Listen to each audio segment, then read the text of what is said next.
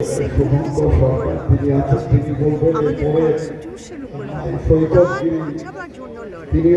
এখন এই আমাদের ওয়েস্ট বেঙ্গল টিএমসি সরকার ডেমোক্রেসির উপর এত হামলা করেছে আর সেকুলারিজমের উল্টো করেছে।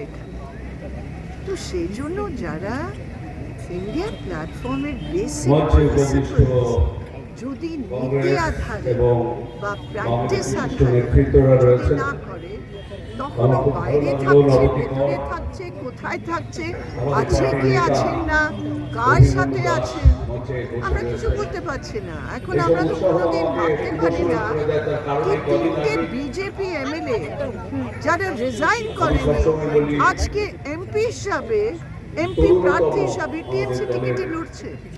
ইন্ডিয়া জোটে মমতা ব্যানার্জির এই বক্তব্য কি মনে হচ্ছে বিজেপিকে দেওয়া কোনো ইঙ্গিতপূর্ণ বার্তা?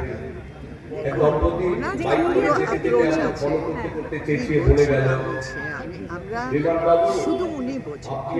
কালকে সিএর বিরুদ্ধে বলছিলেন, আজকে সিএর পক্ষে বলছেন, কালকে ইন্ডিয়ার বিরুদ্ধে বলছিল, আজকে বলছে আমি আছি আর নাও আছি।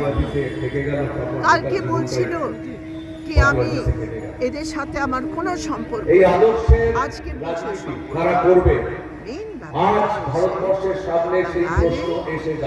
বাংলায় এখন আমাদের